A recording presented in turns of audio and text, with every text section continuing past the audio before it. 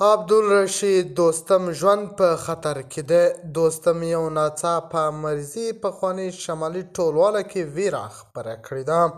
عبدالرشید دوستم اوس له ترکیې څخه هند ته راغلی دی او ژوند یې ډېر په خطر کې دی.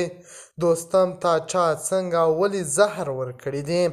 عطا محمد نور او دا محقق د دې په اړه څه ویلي دي چې ولې چا څنګه او زهر یې ورکړي دي؟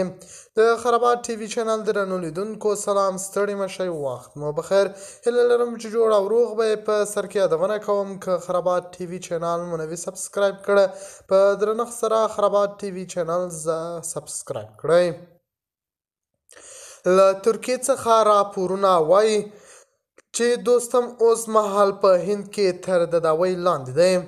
ویل کېږي نوموړي ته په ترکیه کې یو ناڅاپه سخته مرضي پیښه شوې ده. دغه مرضۍ د جلد یا پوستکي ناروغۍ ده.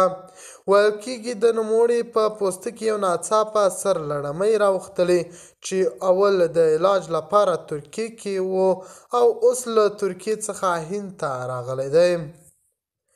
دوستم په پلویانو د پخواني شمالي ټولوالې په مشرانو کې داسې ګنګوسه ده چې نوموړي ته په ترکیه کې شاید کوم ډول پرمختللي زهر ورکړل شوي وي.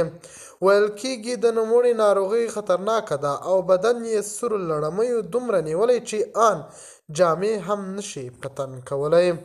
د یادونې وړ ده چې پخوانی ولسمشر د لومړي مرستیال مارشال قاسم فهیم مرګ هم تر اوسه د پخواني شمالي ټولوالې چارواکي عادي او طبیعي مرګ نه تسلیموي، بلکې قوي شک لري چې د پرمختللو زهرو په توسط ووژل شو.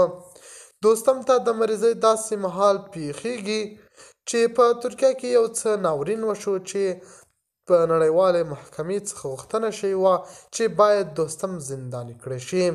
د خرابات ټي وي چینل درنو لیدونکو دا و زموږ ته د مهال چمتو کړی خبر. د الله په امان، تر بیا ښې چارې.